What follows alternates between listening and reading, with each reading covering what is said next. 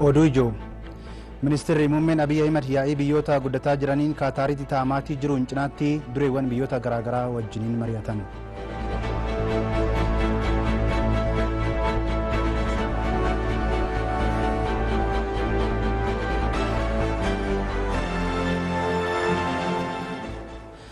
Ayyaanni injifannoo Kaarraamaarraa waggaa 45ffaan Finfinneetti kabajame.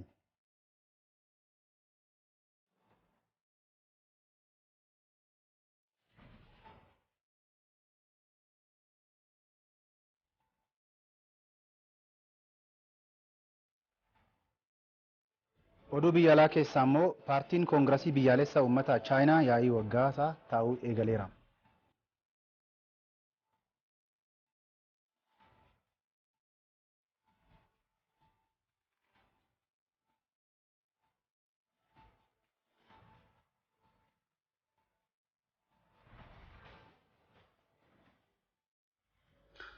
Kunneen oduuwwan ijoo keenya sa'aatii kanaati. Kun ETV Afaan Oromoo samtaasa sa'aatii 24tti amma galgalarraa sa'aatiin tokko ta'etti jira. Oduuwwan yeroo kana isinitti himna. Oduu wajjin ani Teedroos Tolaatiin ufaana tura. Ministeerri Muummeen Abiy Ahmed yaa'ii biyyoota guddataa jiraniin cinaatti yaa'ii biyyoota guddataa jiranii irratti hirmaataatii jiru. Ministeerri Muummeen yaa'ii marsaa 5ffaadhaa fi kan irratti hirmaataa jiran kun Qaataar Dohaatti taa'amaatii jira. Yaa'iin biyyoota guddataa jiranii dhaabbata mootummoota gamtoomaniitiin kan qophaa'udha. Yaa'ichis guyyoota 5 akka itti fufuusi himameera. Yaa'ichi biyyoota guddina dinagdee gadi aanarra jiran irratti kan xiyyeeffatudha. Misoomni fuulleensaa bara 2030 dhimma jijjiirama qilleensaa deeggarsa biyyoota guddataa jiraniif taasifamaa jiran ajandaaleen ijoo yaa'ichaa akka ta'an himameera. Yaa'icha irratti ministeera muummeen Itoophiyaa Abiy Ahmed dabalatee pireezidantiin Naajeeriyaa Muhammadu Buhaarii, kan Zaambiyaa Hakaandee Hisheelema, ministeera muummee Baangilaadesh Sheek Hasiina, ministeera dhimma alaa Tarkiyee Meevlut Kaafazooglu, barreessaa olaanaa dhaabbata mootummoota gamtoomanii Antooniyoo Guutareezii fi hooggantoonni dhaabbilee fi biyyoota garaagaraa irratti hirmaataa jiru.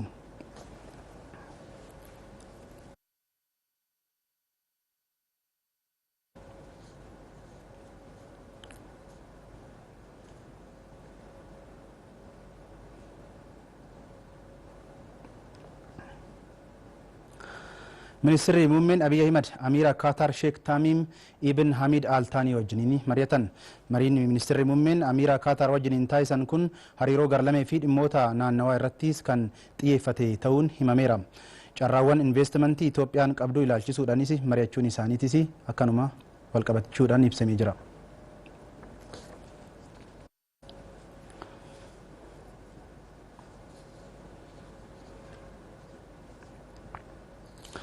Ministeerri Muummee Abiy Ahmed pireezidantii mana marii walabummaa Sudaan Jeneraal Abdul Fattah Al-Burhaan wajjiniin mari'atan. Ministeerri Muummeen Abiy Ahmed yaa'ii biyyoota guddataa jiraniin cinaatti hooggantoota biyyoota adda addaa wajjiniin mari'ataniiru. Haaluma kanaanis pireezidantii mana marii walabummaa Sudaan Jeneraal Abdul Fattah Al-Burhaan wajjiniin dhimmoota hariiroo garlamee irratti mari'ataniiru. Ministeerri Muummee Abiy Ahmed ministeera muummee Yaamaam Maa'im Abdul Maalik wajjiniinis mari'ataniiru.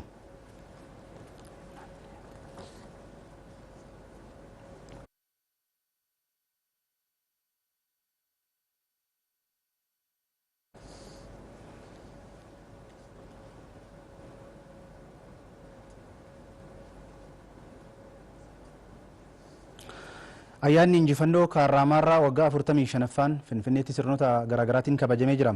Hariiroon Kuubaa fi Itoophiyaa yeroo waraanichaa ture ammas dameelee garaagaraatiin cimeetti fufuu akka qabu kabaja ayyaanichaa irratti ibsameetii jira. Muzayyiin Maammaa guutuu gabaasa kana qindeessee jira. Waraanni humna weerartuu Soomaaliyaa Ziyaad Baarreen hoogganamu jalaa biyya baraaruu adoolessa bara 1969 eegalame milkaa'uun guraandhala 26 bara 1970 ture humna weerartuu Soomaaliyaa daangaa cehee dhufe injifachuun kan danda'ame. Guyyaan injifannoo waraana Kaarraamaarraa kunis waggaa waggaan kan kabajamu yoo ta'u bara kanaas yeroo 45ffaadhaaf kabajamee jira. Sirna yaadannoo injifannoo Kaarraamaarraa waggaa 45ffaa kanarratti kan argaman pireezidantii waldaa michooma Itoophiyaa fi Kuubaa Abbabaa Yaalaw waraanicha irratti loltoonni Kuubaa 15,000 Itoophiyaanota waliin hiriiruu dubbatanii jiru.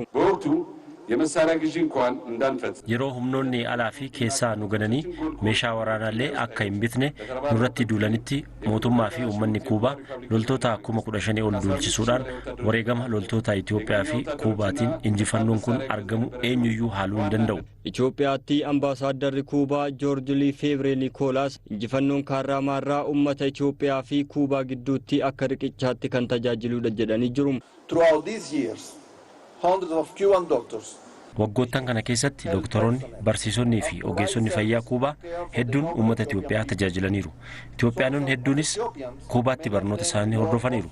Injifannoo kaarraamaarraa loltoonni Kuubaa keessatti hirmaatan xumura osoo hin taane jalqabbii hariiroo cimaa Itoophiyaa fi Kuubaati. Hariiroon Itoophiyaa fi Kuubaa yeroo sanaa ammas dameelee garaagaraatiin cimee itti fufuu kan himan immoo ministeera dhimma alaatti direektara jeneraalaa dhimmoota Yuurooppii fi Ameerikaa ambaasaadar Isheetee Xilaahuuni. Itoophiyaan hariiroo obbolummaa Kuubaa waliin qabdu tattaaffii guddina isheetiif akka hariiroo murteessaatti ilaalti.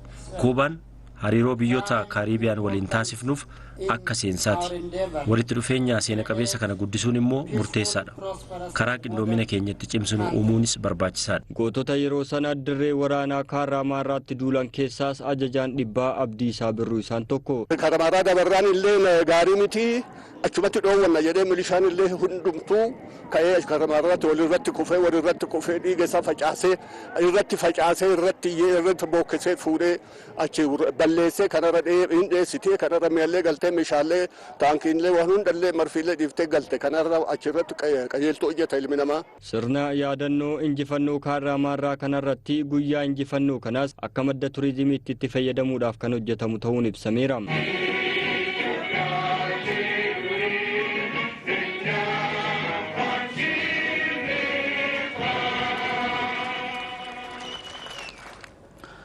waggoota 45 duratti bara 1970 guraandhala 26tti goototni loltuun Itoophiyaa humnoota qindoomina waraana michootaa wajjiniin ta'uudhaan humna weerartuu Ziyaad Baarree Somaaliyaa irraa biyya weeraruudhaaf gara Itoophiyaa dhufe kan itti injifatan ture.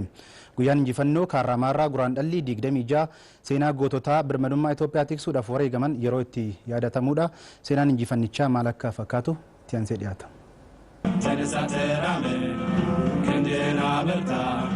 Lager biltigna lagen mekta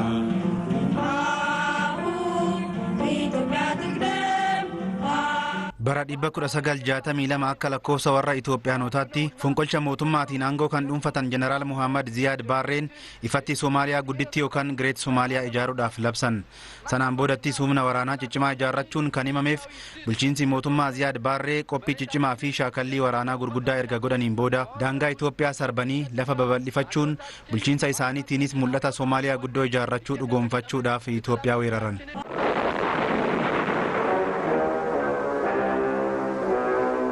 It was up to the Ethiopian regime to settle their problems politically or as they like, mentally oriented, even by their military might. Kanaanis bulchiinsi mootummaa Ziyaad Baarree dhoksaanii fi kaanis ifatti bu'uuraalee misoomaa Itoophiyaa haleelchisuun Itoophiyaa irratti weerara labsan.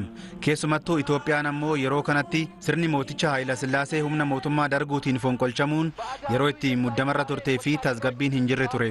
Bara 1969tti garuu mootummaan darguu dhiibbaa biyya keessaatii fi dhiibbaa dippiloomasii alaa jala jiraatus mootummaan Ziyaad Baarree birmadummaa biyyattii sarbuu isaatiin waamicha biyya baraaruu lammiilee biyyattii hundumaaf dhiyeessan. bara 1967tti pireezidantii Itoophiyaa ta'uun gara aangoo ka dhufan koloneel Mangistuu Hayilamaariyaam bara 1969tti ammoo diinaaf harka hin laannu jedhanii dhaadatanii turan.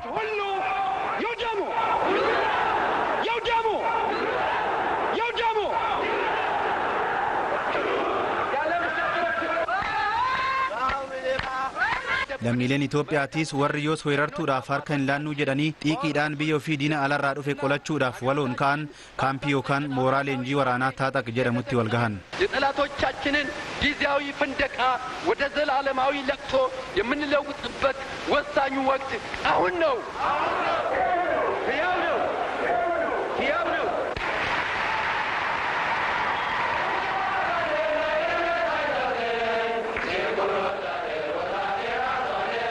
humna weerartuu mootummaa Somaaliyaa itti yaadee carraa argameen Itoophiyaa weeraruudhaaf garana dhufe daangaa biyyattii sarbuun kallattii baha biyyattiitiin kiiloomeetiroota 700 karaa kibbaatiin ammoo kiiloomeetiroota 300 gara keessaatti daangaa biyyattii cabsee seene. Haa ta'uti humni waraanaa Itoophiyaa yeroo sanaa humnoota waraanaa michuuwwan isaa turan humnoota loltoota Kuubaa, Yemen kibbaatii fi kan gamtaa Sooviyeet Raashiyaatiin wajjin walitti qindeeffachuun lakkii weerartuudhaaf harka hin laannu jechuun ijibbaata falmatan.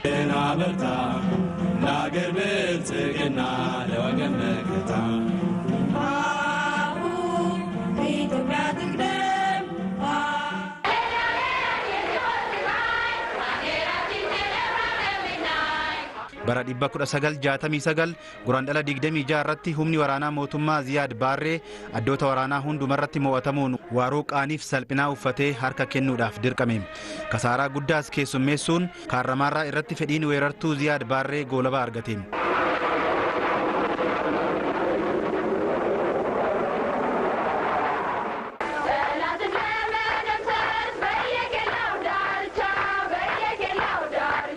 waggoottan 45 har'aattis waraana mootummaa Ziyaad Baarreetiin Itoophiyaa irratti banameen wareegni guddaan kafalamee aarsaa ilmaan biyyattiitiin diinni biyyattii weeraruudhaaf dhufe gara Hargeysaatti of duuba injifatamuudhaan deebi'ee gale.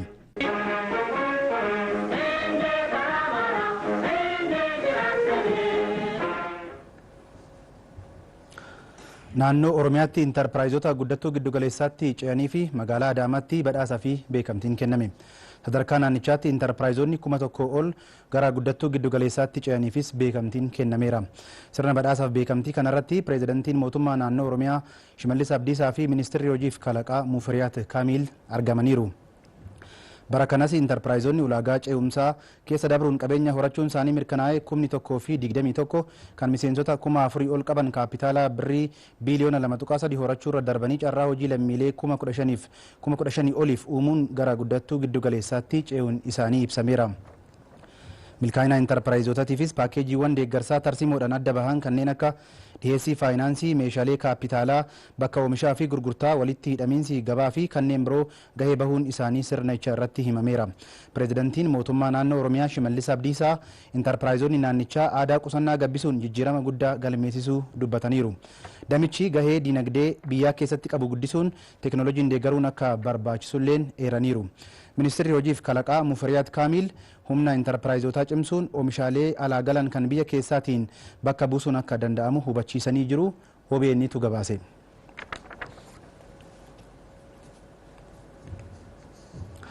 Waamicha maaddii dhalootaatiif hanga ammaatti deeggarsi birrii biiliyoona 1.4 taasifamuu kaantibaan magaalaa Finfinnee Adaanach Abeebee himan. Waamicha maaddii dhalootaa ministeerri muummee Abiy Ahimad dhiyeessan hordofuun qaamoleen garaagaraa deeggarsa arjoomaa jiru. Kaleessa galgalas bulchiinsa magaalaa Finfinneetti dureeyyotaa fi dhaabbileen amantaa sagantichaaf birrii miiliyoona 200 fi miiliyoona 7 arjoomuudhaaf waadaa galaniiru. Kanaanis sagantichaaf hanga ammaatti deeggarsi birrii biiliyoona 1.4 taasifamu kaantibaa Adaanach Abeebee ibsaniiru. Qaamota deeggarsicha gumaachaniifis galateeffachuun carraaqqiin kun carraaqqii Itoophiyaa hiyyummaa jalaa baasuudhaaf taasifamuudha jedhaniiru kaantibaa Adaanach.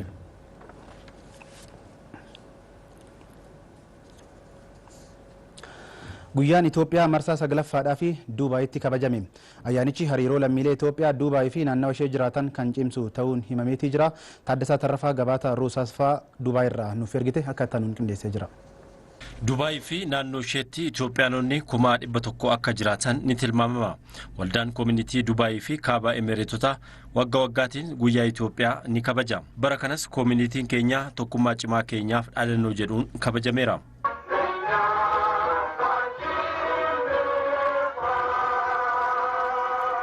daldala, biizinasii fi tapha kubbaa fi hojiin aartii ayyaana kanarratti dhiyaatee jira. Ayyaanni yeroo salgaffaaf kabajamu kun tokkummaa fi ijaarsa biyyaaf qooda olaanaa akka qabu qaamoleen garaagaraa ayyaana kanarratti hirmaatan dubbataniiru.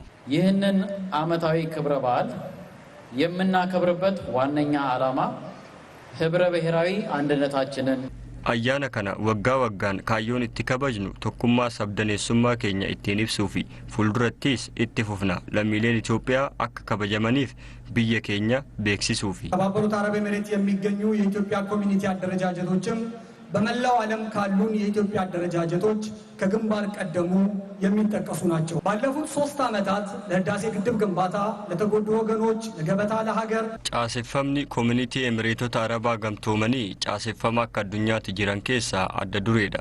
Waggaa 3 darbaniif hidha haaromsa guddicha Itoophiyaatiif lammiilee miidhamaniif maaddii biyyaaf deeggarsa olaanaa taasisanii jirtu. Birrii miiliyoona 100 fi miiliyoona 40 lammii fi biyya keessaniif gumaachitanii jirtu. Tokkummaan keessan cimee akka itti fufu amaanaa isiniin jedha. Hirmaattonni ayyaana kanaas guyyaa Itoophiyaanota Dubaayitti kabajan kana waggaan kan itti wal arganii fi jaalala tokkummaa isaanii kan itti cimsan waan ta'eef ayyaanicha hawwiidhaan akka eegan dubbatanii jiru. ከመጣው አንድ 12 ዓመት ሆኖኛል። ምንም ችግር የለብንም። በፍቅር ነው የምናሳልፈው። biyya kana ergan dhufe waggaa 12 guutee jira. Rakkoon hin jiru. Jaalalaan waliin dabarsina. Tokkummaadhaan gara fuulduraatti ni deemna. Sabaa fi sablammoonni gammachuun biyya kana jiraanna. Diyaaspooraan Dubaayii fi kaaba Emireetotaatti argaman kun biyya isaaniitiif dhimmoota garaagaraa irratti hirmaannaa olaanaa taasisaa turaniiru.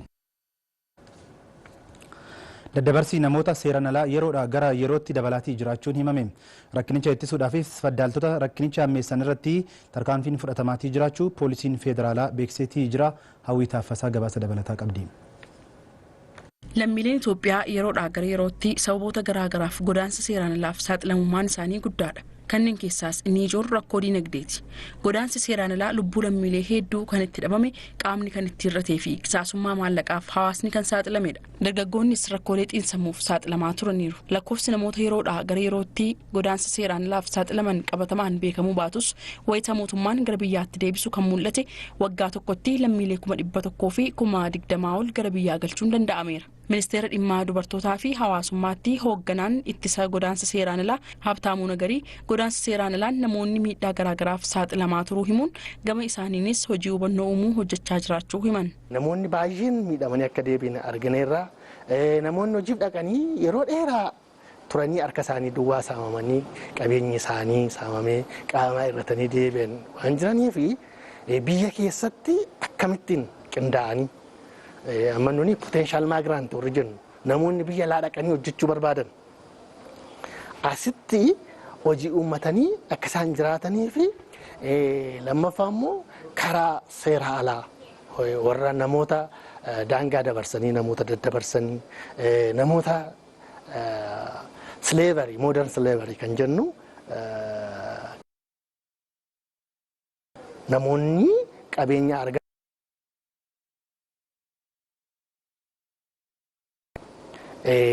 of danda'anii biyya keessatti mootummaan hojii uumee fi akka isaan hojjetan gochuu waan akkasii irratti bal'inaan hojjechuudhaaf karoora guddaa qabannee jirra. Poolisii federaalaatti hoogganaan kutaa qorannoo yakkaa gurmaa'anii fi yakkoota daangaa ce'anii koomaandar Ballaxaa Geetaachoo dallaalota daddabarsa namootaa seeraan alaa raawwatan hojiin seeratti dhiyeessuu hojjetamaa jira jedhu. Seera malee gara biyya alaa ergamanii kan rakkoon irra gahe seera malee immoo erguufis warra gurmaa'es kan kanas walitti qabnee qoranna.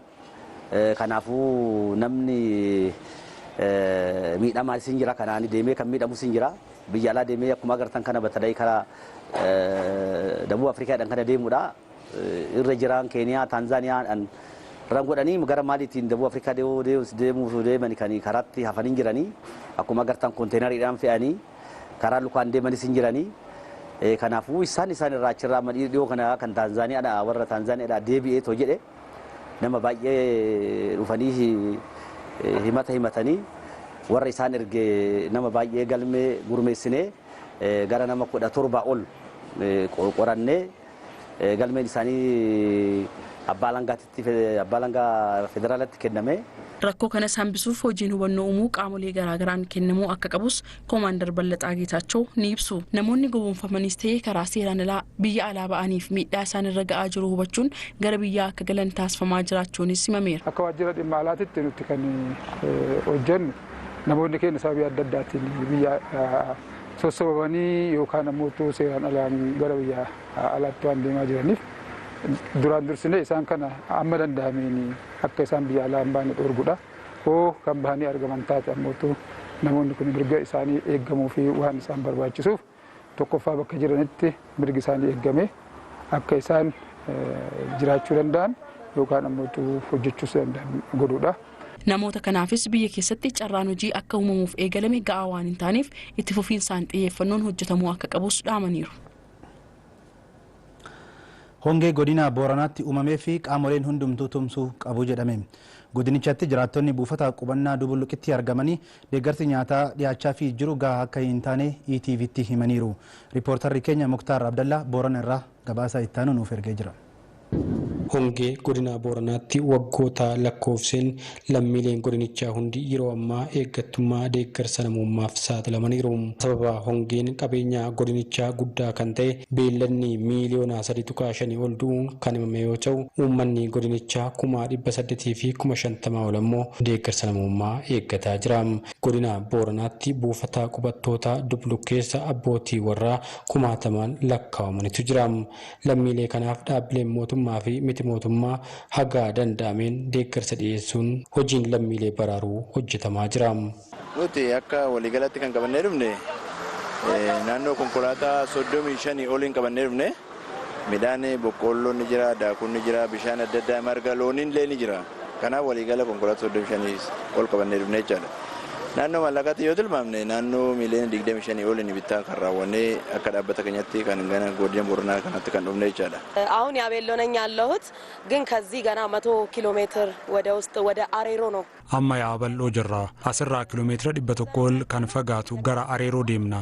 marga loonii, nyaata namaa, bishaan dhugaatii fi lallaafaa garaagaraa akkasumas nyaata daa'immanii qabannee dhufne. Isaan bira dhaabbachuudhaaf dhufne kanas immoo hoolaallee kana goonu namni sanbiraatis dabalamee dhufee isaan cinaa dhaabbatu nus immoo ammas laallee marsaa lammaffaa irratti kana ammaan jiru agarree lammaffaa deebineet immoo isaan bira dhaabbachuudhaaf kana caalaa gochuudhaaf barbaanna.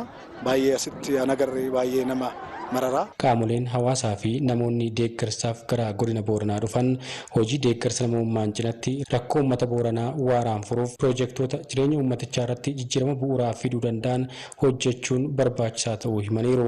Yeroo ammaa deeggarsi namummaa mootummaa fi dhaabbilee dhuunfaa garaagaraan dhiyaataa fi jiraachuu kan himan lammiileen mooraa buqqaatotaa Dubluq dubbisne ta'us lakkoofsi deeggaramtootaa dabalaa jiraachuurraan kan ka'e deeggarsichi gahaa akka hin taane himaniiru. Uumati guddaan kun cufurii dhabee dhufe. Nu wardurii looniin bul, wardurii aananiin bul, wardurii qabaate gaalaareen bul. Horii sun cuftii marra oolaan nu waggiteef. Haga wagga 5 oolaan harkuma nu qabdu. Wagga 5 oolaan harka nu qabdu. Nu amma guddoo miidhamne. Miidhamni akkuma horiin miidhamsu miidhamillee nama harka nu qabu. Iddoon dhiyoo tana tuni guddoo nu qarqaaruu jirti. Kaan tokkoon waan akkasii hojjechuu jira. Armaachi qara. Amri dhiyoo tan keessatti ammoo walgula buliji kana irratti guddoo fayyadame ammoo carraan kunin guddoo Booranaa jireessuu jira. Jaarti laaftu, jaarsi laafa, haawwan daa'ima, niitii garaachaa, bishaaniif, midhaaniif guddoo nu gargaaruu jira. Deeggarsi baay'een godhamuu jira ga'aa miti. Ga'aa miti. Uummati kun uummata harki nama danda'uuniti waaqa malee nami yagu waaqaati. Nami nuuf immoo nami nam deeggar kun nuuf hagum waaqa jechuun nami lubbuu uummata bal'aa kanaa asii bahuu dhowwee lubbuu namaa guyyaa guyyaan bira dhaabbatu nuuf hagum waaqa jechuun malee immoo deeggarsi jiru malee ga'aniti. Deeggarsa nyaataa dhugaatiin dabalata uffata dahoo jireenyaa fi meeshaalee nyaata ittiin bilcheeffatanii dhabanii rakkataa jiraachuu simaniiru.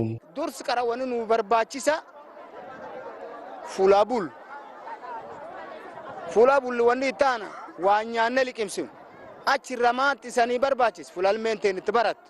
Iddoo jireenya ilmi namaatu barbaachisa kan nu godhamu qabu tokko iddoo jireenya ilmi namaa jiruu ilmi namaatiif gaarii taate. Yoo namni itti ijjatanii waan kana namaa godhi jiraate jireenya ilmi namaa nu godhamu qaba. Fuuldurattis lammiileen biyya keessaa fi alaa mootummaa waliin ta'uun haala Booranni biyya gabbataa qabu jallisiin qotatee eeggatummaa jalaa bahuu danda'u irratti akka isaan gargaaran gaafataniiru. Akkaataan harki namaa kadhaa harka akkas nam dur qabattu jireenya ilmi namaatiif hin taatu yeroo bishaan harmi kee bishaan jallisii iddoo tan cufayyuu akka isaan nu galani. Kajiru ilme namaa tana jireenya fuuldura jiru barbaachisaa taate nu godhamu qabani. Duri looniin qotan loon sun harri hin qabne yoo tiktinga taate yoo sanyii taate akka nu gargaartan yoo haroo tokko taate akka nu qottan yoo bishaan tokko taate akka jallisi nuu baaftanii awwan daa'imatun jallisi wayii nuu tolchitanii jallisi suniin irra fayyadamna. Mana himii tokko as nuu ijaartanii mana himii sun argachuu mala. Gabaasaa ETV'f qindaa'eef Muktaar Abdallaa Booranaarraa. Barattoonni mana barnootaa bultii addaa Waamaa'oo 21 carraa barnootaa biyya alaa argatan. Manni barumsichaa barattoota qormaata biyyaalessaa kutaa 12ffaatii fi dhiyeesse keessaa hundumtuu qabxii seensaa yuunivarsiitii galmeessisaniiru. Barattoota mana barumsichaa qabxii olaanaa galmeessisuudhaan carraa barnootaa biyya alaa argataniifis sirni gaggeessaa fi badhaasaa Adaamaatti raawwatameetii jira. Tafarii Gammeetu hordofe. Manni barnootaa bultii addaa Oromiyaa erga hundeeffamee eegalee barattoota qaxalee oomishuun qabxii olaanaa galmeessuun beekama. Bara kanas barattoota qormaata biyyaalessaa kutaa 12ffaa qormaataaf dhiyeesse guutuutti dabarsuu danda'ee jira. Kanumaanis waldaan misooma Oromiyaa barattoota kanneenii fi barsiisota mana barumsa bultii addaatiif sirna beekamtii kennuu qopheesseefii jira. Sirna kanarratti daayirektarri olaanaan waldaa misooma Oromiyaa Dajanee Itichaa barattoonni kunneen wabii egeree biyyaatii jedhan. Ijoolleen dhibba jaha ol fidan barataan 21 Scholarshipii ministeerri muummee keenya kennaniin ijoolleen 21 biyya Abu Dhabii Dubaay deemanii barnoota isaanii akka baratan ta'ee jira. Baga gammadanii baga gammadanii jechuun barbaada. Hoogganaan biiroo barnoota Oromiyaa Tolaa Bariisotis barattoonni kunneen hawwii gootota kaleessaa galmaan ga'uun biyyaaf bu'aa buusuu qabu jedhan. Hayyoonni Oromoo kan akka Hayilee Fidaafaa Dr. Hayilee Fidaafaa maal jedhanii uummanni inni ijaaramne gatiin qabu jedhanii kaasan. Uummanni ijaaramuu qabaadha. Jeneraal Taaddasaa Birruuf ammoo hawaasni hin baranne gatiin qabu kan barate gatii maal mirga isaa gaafataa jedhanii kaasan. Isaan kana dubbatan. Waan dubbatan san hawaasni akka ijaaramu kan sirriitti hojjetan qabatamaan lafarratti kan hojjetan kabajamoo abbaa duulatti jennee kaasuu dandeenya. Yuunivarsiitii yoo galtan kan isinirraa nuti eegnu qabxii olaanaa meedaaliyaa qofa argachuu miti jechaadha. Kan isinirraa eegnu kalaqa waa uumudha. Walitti qabaan boordii waldaa misooma Oromiyaa Abbaa Duulaa Gammada barnoonni furtuu waamaraa ta'uu himanii sabichi bal'aa waan ta'eef waliin ga'iinsi barnootaa ammas itti fufuu qaba jedhanii jiru. Biyyoonni baay'een lafa hin qabne, bishaan hin qabne, albuuda hin qabne barnoota irratti hojjechuu isaaniitiin har'a addunyaa irratti tokko ta'anii mul'atanii jiru. Nummoo waa hunda qabna. Lafa qabnaa, bishaan qabnaa, albuuda qabnaa, qabeenya uumamaa hammana hin jedhamne qabnaa, garuu immoo barnoota hin qabna. Saayinsiidhaan hin guddanne, hin cimne. Kana waan ta'eef biyyoota biraa fuuldura uumamneet warra booda keenya uuman booda dhaabbanneet isaan warra kadhannu taanee hafne. Dargaggoonni keenya shamarran keenya hojii barbaada laga hocaan kun badanii kun dhumanii hammi ta'e hafee ijaan argaa jirra. Kana hunda keessaa ba'uu tan dandeenyu barnoota irratti yoo xiyyeeffanne dhaloota naamusa qabu amantaa hojii qabu uumne duwwaadha. Barattoonni mana barumsaa kanatti baratanis addunyaan dorgomuu qabu jedhan. Barattoonni mana barumsaa lamarraa ba'aa jiran addunyaa irratti mul'atanii jiru. Kunis eebbifame hojii keessa galee jira. Akkuma duratti jedhame manni barumsaa kun 15-20-30 yoo ta'u immoo hammam dhufuu akka danda'u ilaala. Waggaa muraasa booda immoo barattoonni keenya hundumtuu dorgomtoota ta'u. Dhaloonni dhufu hundumtuu dorgomaa ta'a. Uummanni Oromoo guddaa bal'aa lafa bal'aa qaba, uumama bal'aa qaba. Jiruu fi milikinni irra mul'achaatii jiru bor hunda keenyaa boonsaa dhaloota dhufu immoo hiyyummaa keessaa baasee gara fuulduraatti oolu. Kanaaf warri irraa qabxii gaarii fiddan qabxii gaarii fiduu waan tokko ta'e dirqamni keessan garuu guddaa akka ta'e beekuun gaarii. Dhalootaaf karaa banuu qabdu, agarsiisuu qabdu, cimsuu qabdu. Bara kana mana barumsaa kanarraa barattoonni 21 carraa barnoota biyya alaa akka argatanis himamee jira. Oduudhuma walqabateen barattoonni mana barnoota bultii addaa Waamaa'oo dhaabbilee barnootaa biyya alaatti carraa barnootaa argatan dorgomtummaa isaanii caalmatti cimsuudhaaf qophii ta'uu isaanii himaniiru. Amaanaa sadarkaa biyyaatti isaan irraa eegamus milkeessuudhaafis kan carraaqan ta'uu dubbataniitii jiru. Yaada isaanii Tafarii Gammeetu qindeesse. Qabxii kana galmeessisuu kootti gammachuu guddaan natti dhaga'ama. Haalli qo'annaa keenya immoo mana barumsaattis iskeejuulii nu baasanii akkasumas immoo barsiisonni dhiyeenyatti nu hordofaat qo'annee ganna kana as dabarsinii qormaataan dura asuma mooraa keessa dabarsinii mooraa keessatti qo'achaa turre yeroo baay'ee laayibirariin fayyadama.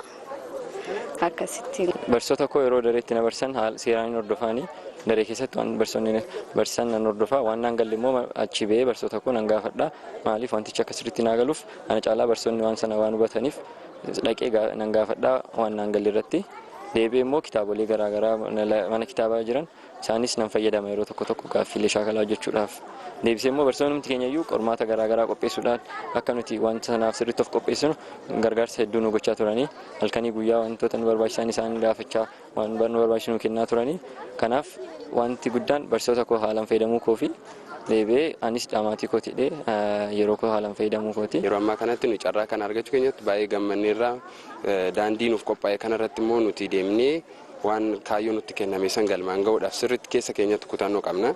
Kana hunda irratti immoo keessa keenyatti abdii kutannu taanaan wanni hunduu waan salphaadha waan ta'eef bakka deemnee hundatti kompiit gochuu akka dandeenyutti barattoota nu mudatan hundumaa waliinuu haala gaariidhaan kominikeeshinii gaarii qabaachuudhaan karaa hundaanuu moodeela mana barumsaa keenya nu kenne akka kompiit goonee waan hundarratti injifannoo akka nu hordofuu danda'u abdiin qabachuu. Ani kan barachuu barbaadu meedikaal doktariin ta'uu barbaada. Isa bira qaqqabuudhaaf immoo hamman danda'e sirriittaan qo'achuu qofa miti gama hundumaanuu irratti hojjechuun barbaada. Kun just achievementii xiqqaadha. Inni guddaan ganaa isa nu fuuldura jirudha waan ta'eef isa nu fuuldura jiru irratti guddaa irratti hojjechuu qabna jedheen amana. Isa irratti hamman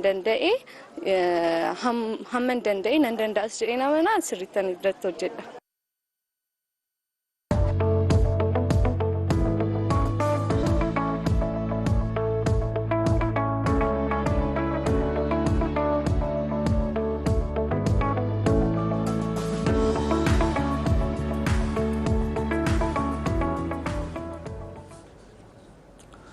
ETV afaan Oromooti kan daawwachaatiin jirtan kuni amma immoo oduu maddeen alaatirraa argannetti dabarree jirra. Lammiileen Afrikaa lixaa godaansaan Tuuniiziyaa keessa jiran biyyattii gadi dhiisanii bahatii jiraachuun isaanii himame. Dargaggoonni biyyoota Afrikaa lixaa biyyoota garaagaraa irraa gara Awurooppaatti ce'uu fi carraa barnootaa akkasumas sababoota garaagaraatiin gara Tuuniiziyaa akka imalantu himama. Haa ta'u malee pireezidantiin Tuuniiziyaa Kaayis Said godaantonni Afrikaa biyya keenya dhuunfataa jiru jechuu isaanii hordofuudhaan godaantonni haleellaawwan garaagaraatiif saaxilamaatii jiraachuun ibsameera. Dubbii pireezidantichaa gamtaan Afrikaatilleen balaaleffatee jira. Dubbicha hordofuunis dargaggoonni biyyoota Afrikaa lixaa Tuuniiziyaa dhiisanii gara biyya isaaniitti deebi'aatii jiraachuun himameera. Dargaggoonni sababa halluu gurraachummaa isaaniitiin haleellaadhaaf saaxilamaatii jiraachuus TRT'n gabaasee jira.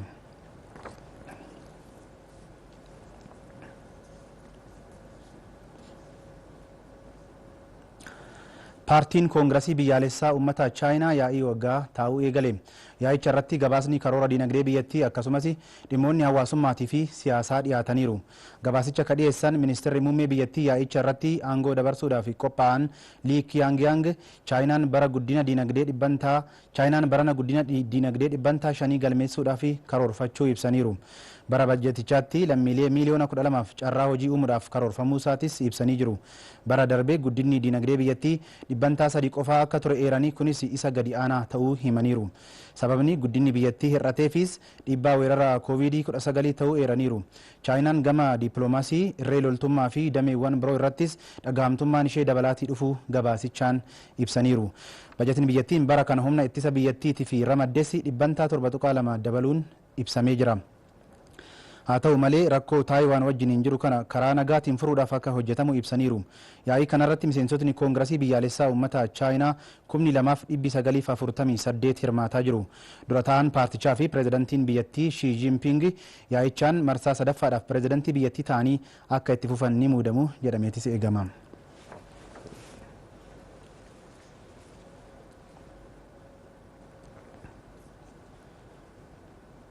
Tole daawwattoota keenya turtii gabaabaan booda immoo oduu ispoortii dhageechuu sanaaf Fayyeeraa Margaa toora irratti isinii gatii jira. Turtii gaarii.